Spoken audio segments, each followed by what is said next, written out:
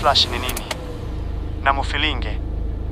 Engine flush ni kemikali maalum inayotumika kusafisha ndani ya injini ya gari kabla ya kubadilisha mafuta ya injini.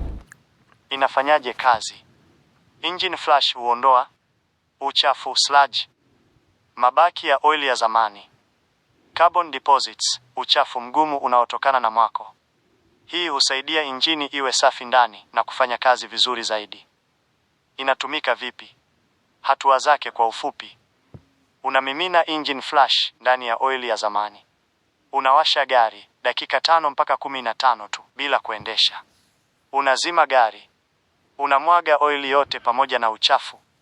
Unaweka oil mpya, oil filter mpya. Faida zake: husafisha injini kwa ndani, huongeza performance kidogo, hupunguza kelele za injini, husaidia oil mpya kufanya kazi vizuri. Hasara: tahadhari, usitumie mara kwa mara sana.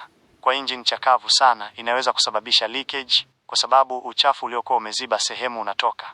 Lazima ufuate muda sahihi, usiache kwa muda mrefu kwenye injini. Inafaa kwa gari gani? Gari ambalo halijawahi kubadilishwa oil kwa muda mrefu. Gari lenye sludge nyingi.